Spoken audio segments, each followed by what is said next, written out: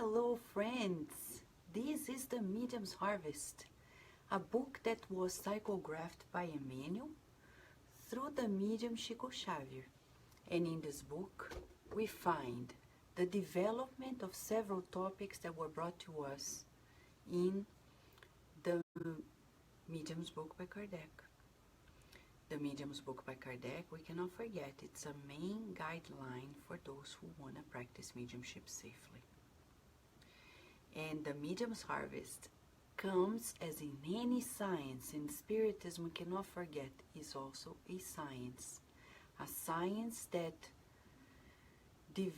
evolves, that accumulates knowledge, that expands knowledge, like the universe is always expanding. The Spirit is knowledge, because it's part of the natural laws of life. It also expands. So, no matter how much we have studied, there is always another level. There is always another level. There is always another level. In a way, it's exciting to know that there is a never-ending, growing capacity. We will expand in our illumination for immortality. And that's beautiful. That's wonderful. So next time we look at ourselves in the mirror, let us say, I am an everlasting learner. An everlasting learner. I am an everlasting learner. We don't stop learning. We're gonna learn always. And if we wanna do it, we learn even more. Today, it's chapter 58. Chapter 58 is titled Mediumistic Team. Mediumistic Team. Before we read Emmanuel's explanation and tips, insights for us, let's see the item in the Medium's book that inspired him to write this. It was item 331.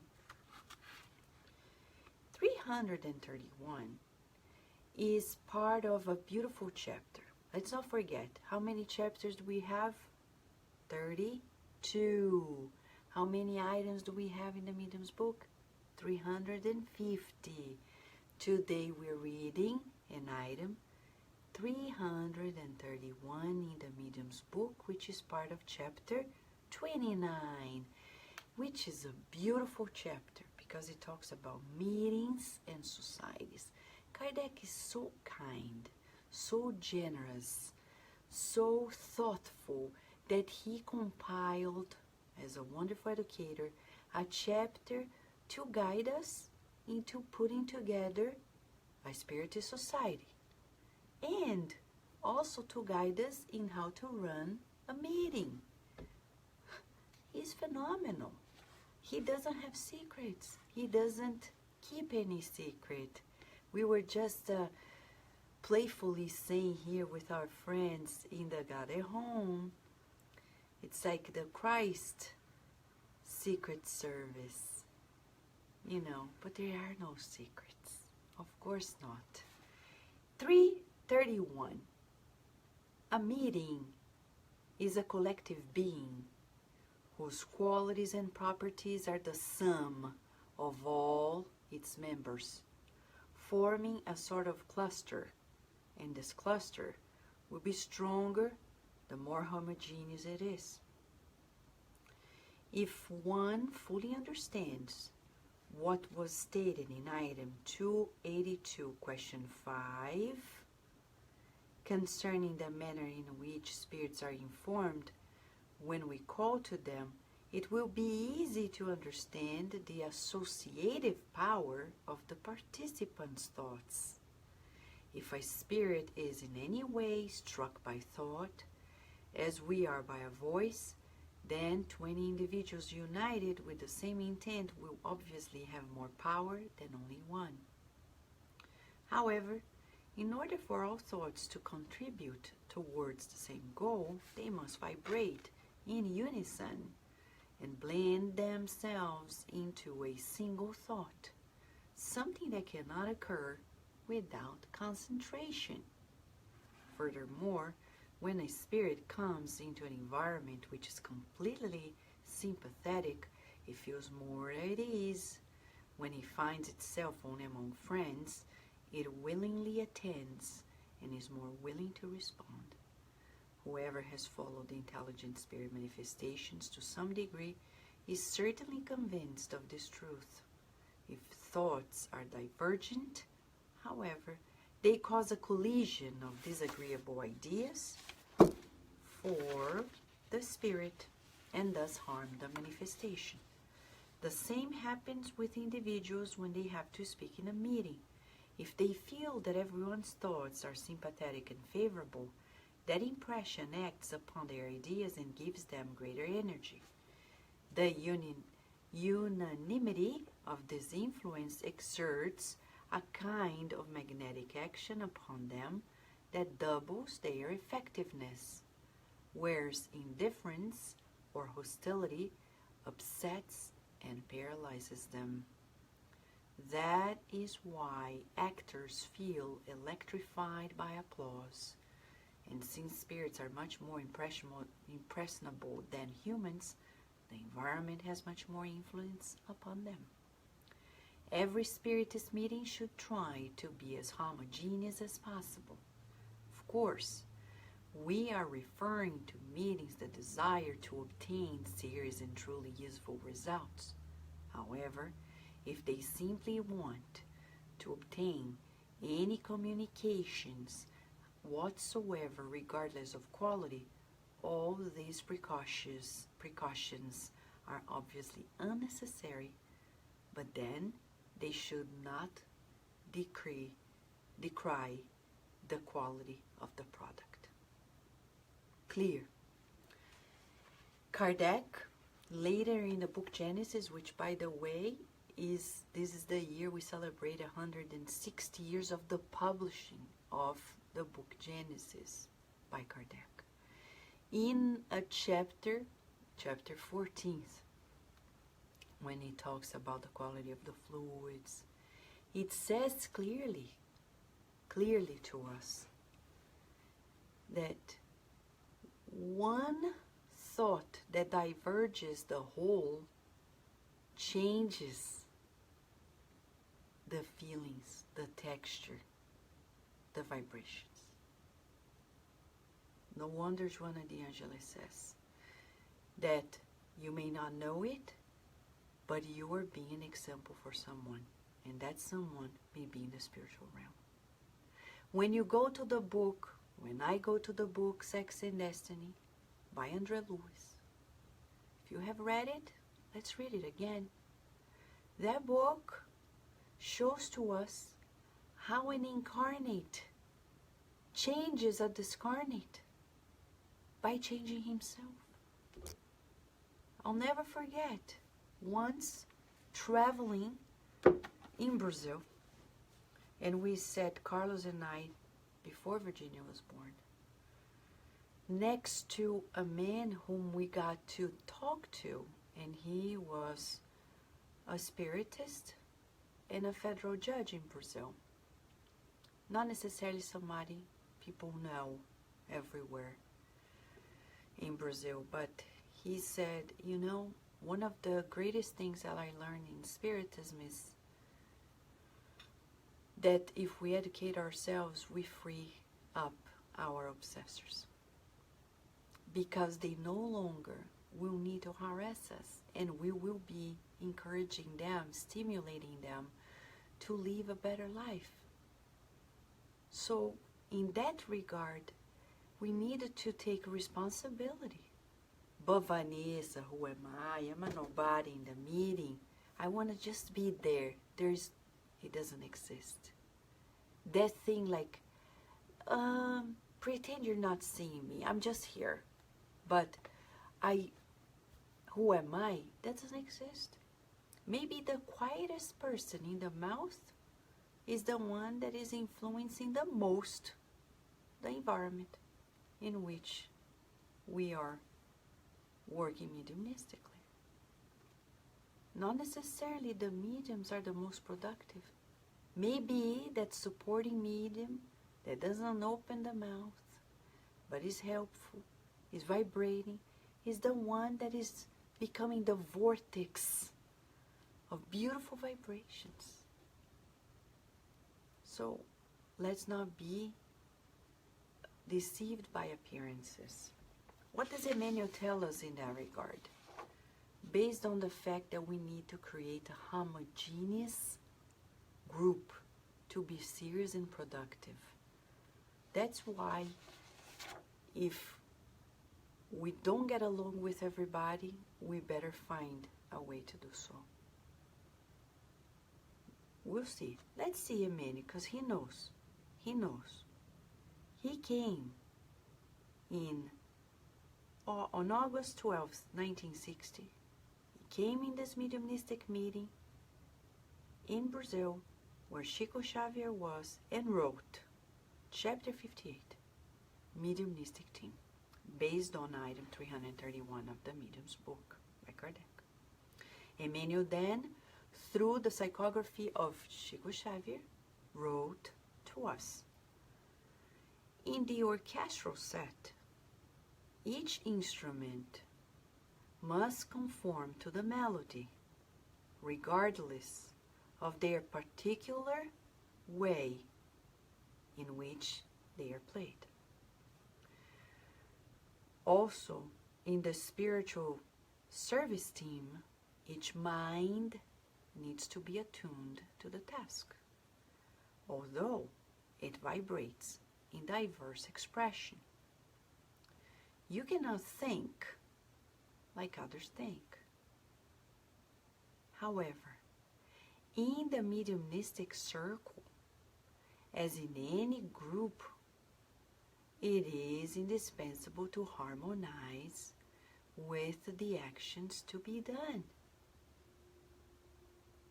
Observe, therefore, the wave in which you attune. If you say of yourself to yourself, I trust in the medium, you will be strengthening the contingent of forces for the accomplishment of the best. However, if you add, but I doubt the sincerity of those who are here that surrounds this medium, you then immediately do the opposite. If you reflect, I want to hear the companion who teaches, you will then extend valuable help to the friend who uses the word in the preaching. However, if you add, but the speaker talks excessively, you soon weaken him. If you confirm intimately, the meeting is of great comfort for me, you will create secure support for the production of uplifting values. But if you add, oh well, the work is time-consuming and tedious, you suddenly begin to suppress the beneficial effects.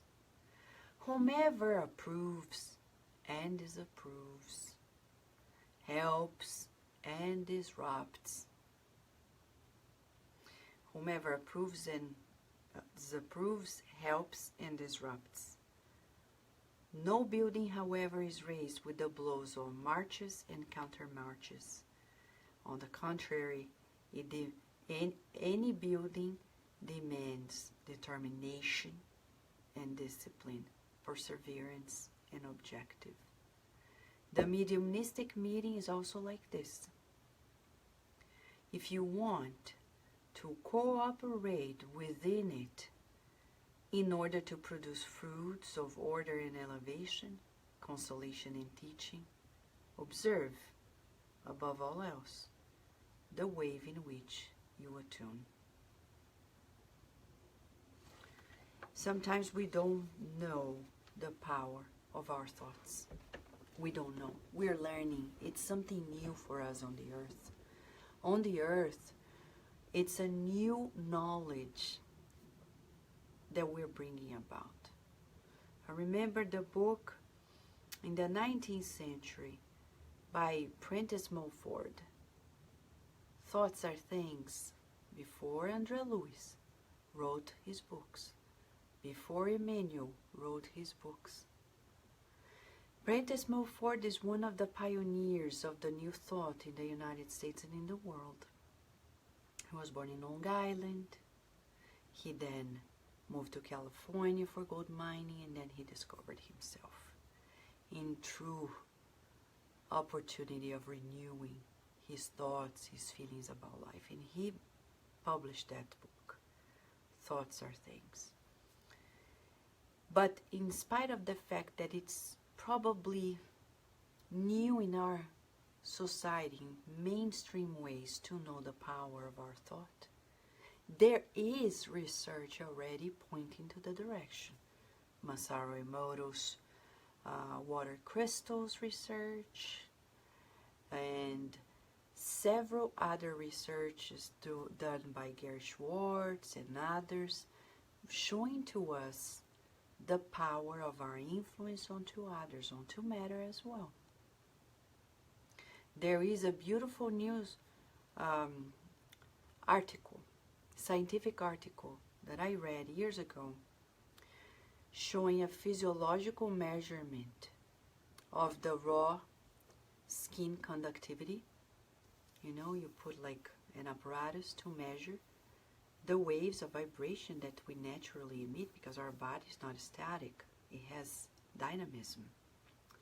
It has function.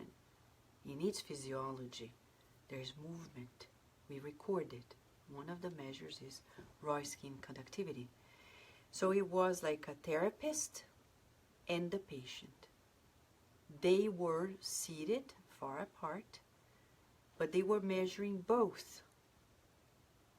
And they realized consistently, cases after cases after cases, that in less than 15 minutes, that physiological measurement, the raw skin conductivity, was alike in patient and therapist. Synchronicity. We got attuned. So you and I now, if we could have scientists all over the world right now taking our measurements, it would be interesting to see how we may be influencing one another, even physiologically. And neuroscience goes even deeper, telling us about the neurons. We have an inbuilt system to feel what others are feeling. So if we look at people who are happy, smiling, encouraging, we feel alike. And that's good. So we need to ask, what am I emitting? Because that's affecting others. And I emit without words. Emotions, vibrations are emitted without words. I'm happy. You don't need to say, people pick up. I'm sad. People pick up. So what are we doing? Okay, now, mediumistically, he says, he does an analogy, an orchestra and the mediumistic team. So, homework, huh? Homework, if you can, go to the symphony concert. Go and watch an orchestra playing. Anywhere you are. If you can. If you can't, Google it, YouTube it, and observe the synchronicity. Let's observe it. Okay? Adriana Sanchez Monteiro is asking, how would they synchronize? Meeting the middle or the higher would bring up the lower? Well, how, Adriana? That's a good question. Scientists are still investigating how that works, the mechanism. I don't think they have an answer for it. But hypothesis for them, it's the nervous system. Once you see each other, you start picking up on each other's emotions, and no matter how hard you try, you start feeling, because usually therapists are empathetic to what the patients are feeling, and the patients themselves, they feel in the trust, the rapport with the therapist, they surrender also to the stimulus that is being brought in by the therapist. This is science. So it's about sensation and perception. But for us, it's beyond it. We, in the Spiritist science, we understand that the mechanism actually lies in the exchange of vibrations that will be perceived by the perispirit. Sensations and Perceptions is a chapter in the Spirit's book by Kardec, in the second part of the Spirit's book by Kardec. And he tells us something that if scientists read it, they would quickly go straight to what they call the silver bullet for painkillers and everything. It's not in the body. It's in the spiritual body. That's where we perceive things. That's where we have the input and the command for the output, not in the physical body. The physical body is just a relay, in and out. So, in the perispirit, and Kardec explains in the Genesis, our perispirit has pores, pores like the skin, and whatever is in the spiritual atmosphere, if we magnetically attract the elements that we radiate, that's the law of the mental field, says André Luiz in the book Mechanisms of Mediumship. I attract what I emit.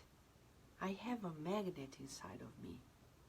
I cannot radiate love. I cannot attract love without emitting love. It doesn't exist. So if I want love and appreciation, I need to love and appreciate.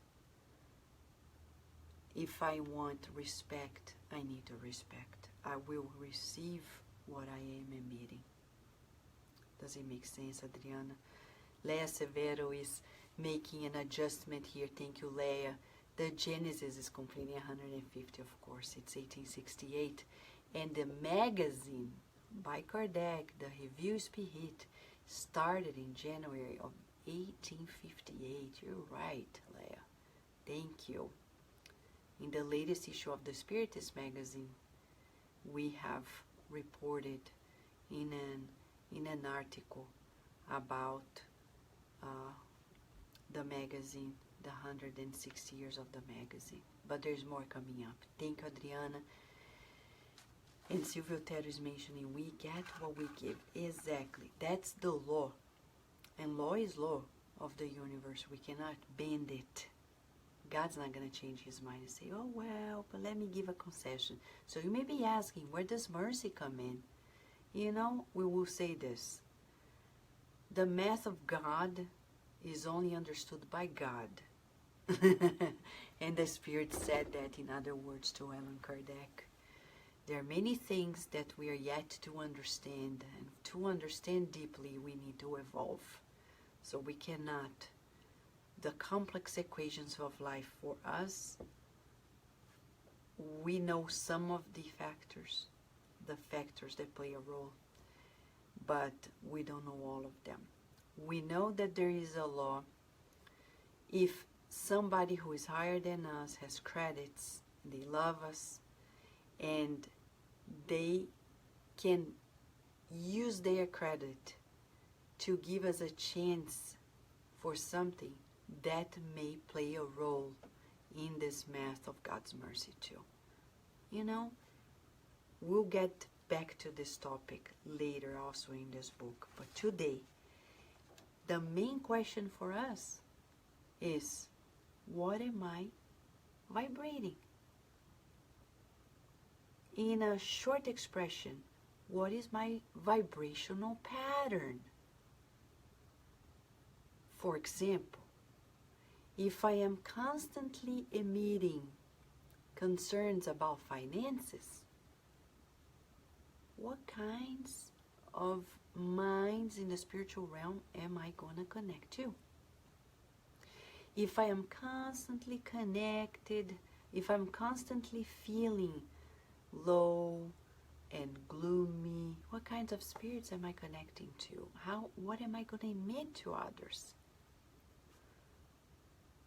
He says here, each mind needs to be attuned to the task in a mediumistic team. So we need to ask ourselves how homogeneous we are in our spiritist meeting. Do we have the same goal? Are we all on the same page in that regard? Because Kardec says the more homogeneous, the better it is. Are we all there with the same mindset? Because if I'm there, oh my gosh, I'm there because I need relief, then you don't need the mediumistic meeting. Because the mediumistic meeting is not for your relief, it's for the relief of the discarnate spirits who need help. The physician, the nurse, they don't go serve and work in the hospital to find relief for their problems. Because if they do, then they are the patient. But Vanessa, my mediumship is too strong. I need to work on it for my own relief. Okay, so if you're working on a mediumistic meeting because you need relief, again, you're a patient. You are not a person who is ready to serve at that level. That's not radical, it's coherent. We need to have the same goal, and the goal is not to bring relief to ourselves in a mediumistic team. The goal is actually to help, to learn and to help, to learn and to serve. Of course, we will be benefited, but that's not the reason we're there.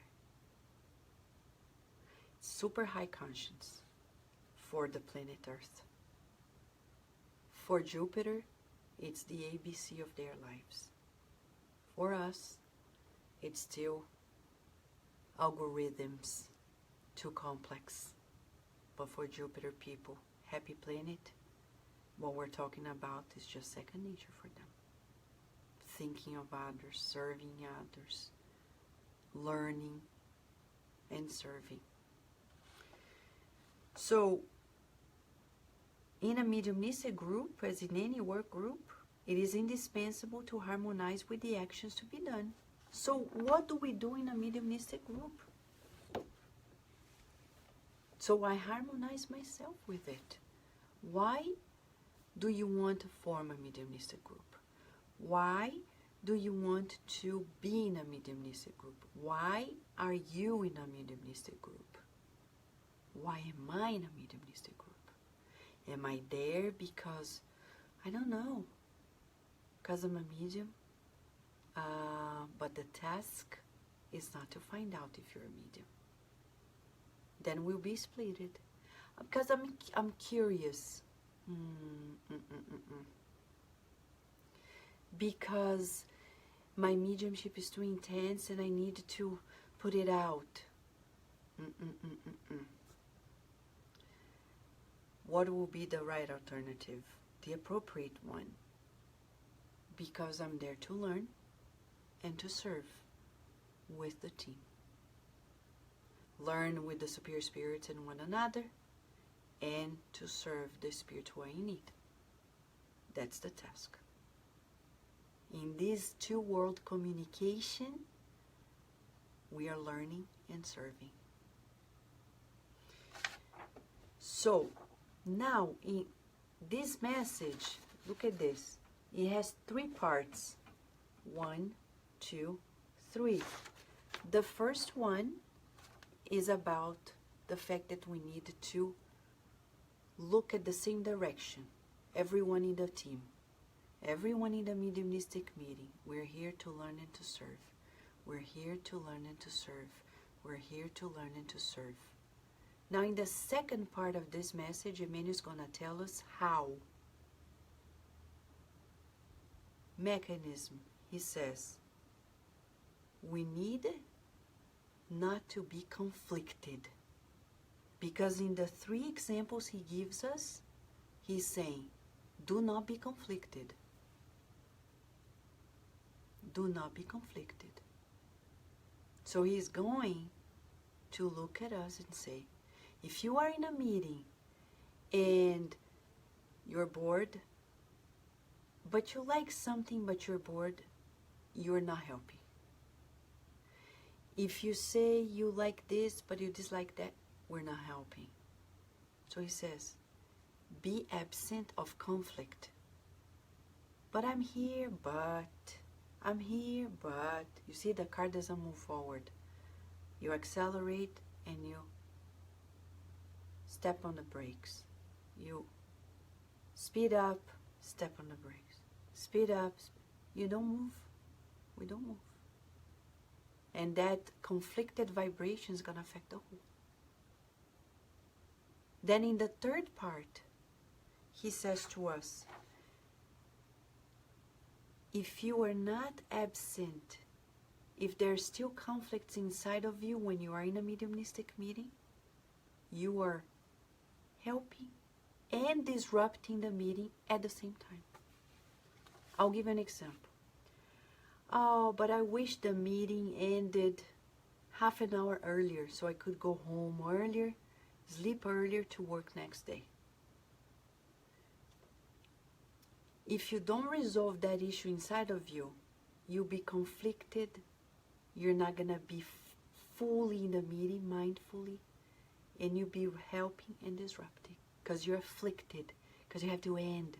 I've seen mediumistic meetings in which, at the end, inevitably, we need the exchange about what happened, and there's no rush. I mean, sometimes we rush, but there is no rush. You have to go through and be patient. Because Kardec said we need to observe the facts, analyze the language. It's not easy. I've seen people looking at the watch, concerned about going home. If you do this at every meeting, you better not come. Stay home.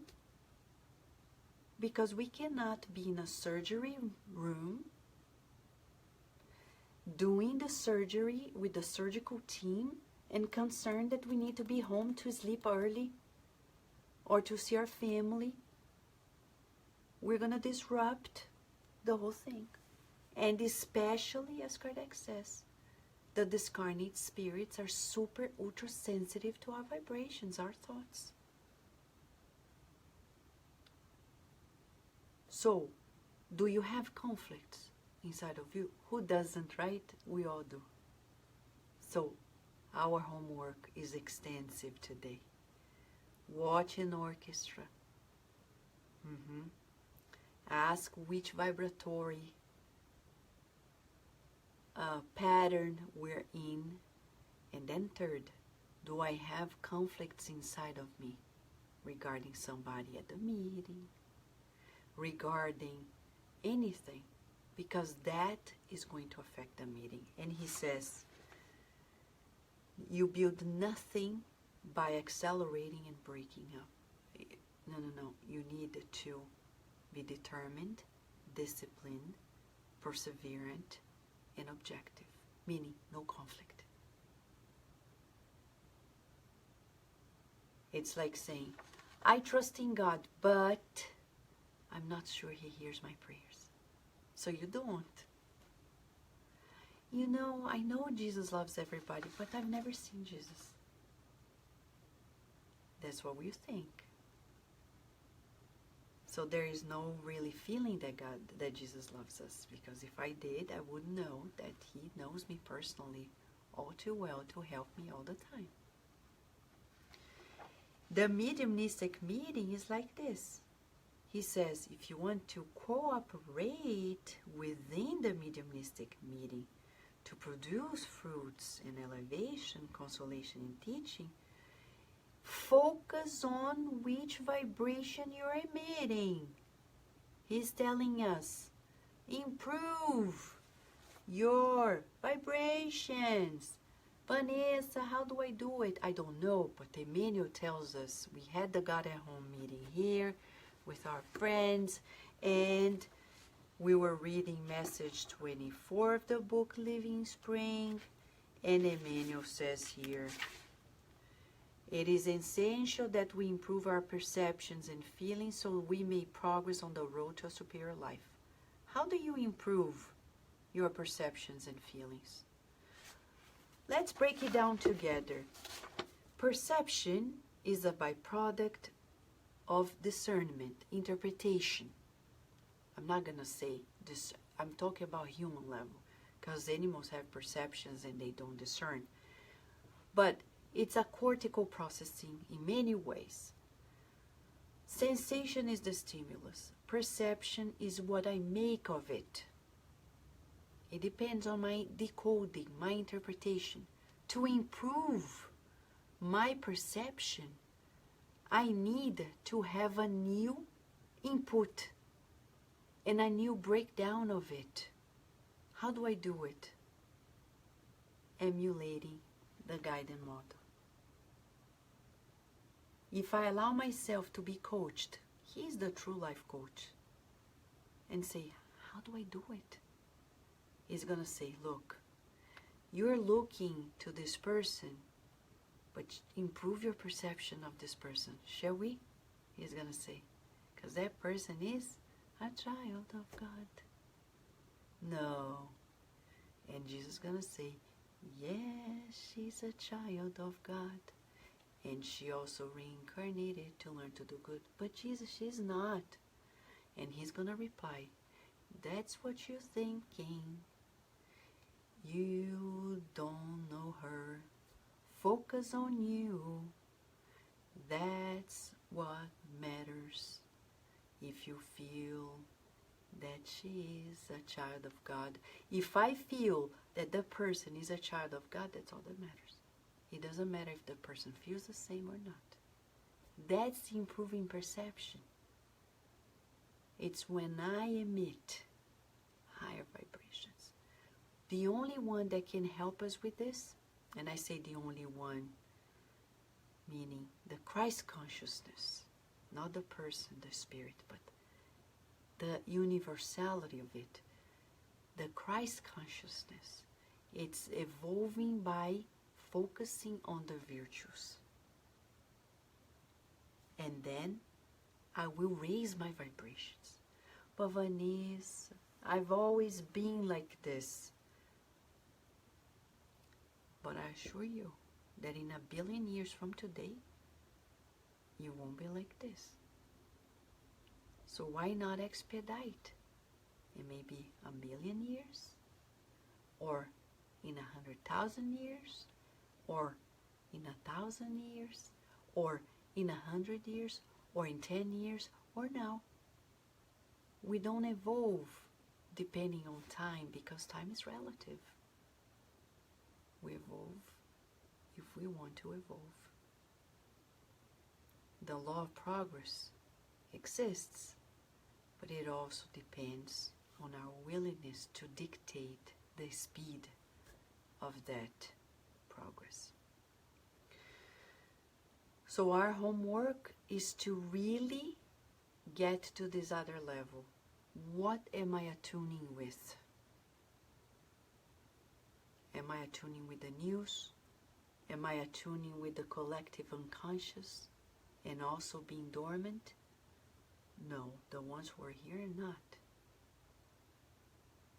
But am I going to go back to sleep in my conscience? Or am I going to push? Visualizing myself ahead of this time and renewed. And then I create new connections in my physiology, as André Louis says, in my spiritual, the psycho-spiritual somatic body, and then I move forward. Okay? So this is Emmanuel. Amazing, right? It's amazing. So a mediumistic team depends on same page vibrations, same page attunement. We need to attune to the task, to learn and to serve, and ask ourselves, which perfume am I using vibratorily every day? Because that's going to affect the whole meeting. Right? So friends, let me say hi. Hello, hello, hello, Carol Smith and Mark Smith. How are you? Sunshine, how are you? Les Severo, always helping. Thank you. Cynthia Peoples, how are you? Nina Dewey, how are you? Lu Nicoliello, my sister, how are you too? Narciso, how are you, the light man? Julija, how are you, Julija? Katia, how are you? Teresa Castro, big hug to you. Paula, super hug to you. Silvio Otero, thank you very much. Karina Lisi, learning, learning, learning, huh? Everlast learner. And Débora Tessarolo, how are you? Nora Brasil, big hug to you too. Adriana Sanchez Monteiro. John Da Rosa, eternal friend. Lívia Moraes, how are you? Raquel Bakesh, big hug to you. Helen Montetillo, how are you? Anna from Alabama. Ceisa, Angelita, Fraternity Without Borders. Natalie, Luis, thank you. And Rudy. Grateful that we are studying this beautiful 58th chapter, the Mediumistic Team. When we come back, after we do the homework, watch an orchestra to visualize the need of synchronicity, attunement, homogeneity. 2, what is my vibrational pattern? And 3, eliminate inner conflicts. Tomorrow when we come back, we have revelations and prejudices. Just as a teaser, this is profound. The divine wisdom does not approve principles of violence. How fitting. How fitting for the current times. An era in which violence needs to be vanished. Let us pray that God protects us wherever we are. And let us pray that we may be more united in this intercontinental effort and reaching out more and more to people wherever we are living or visiting. Thank you, friends, and until tomorrow, God willing, big hug.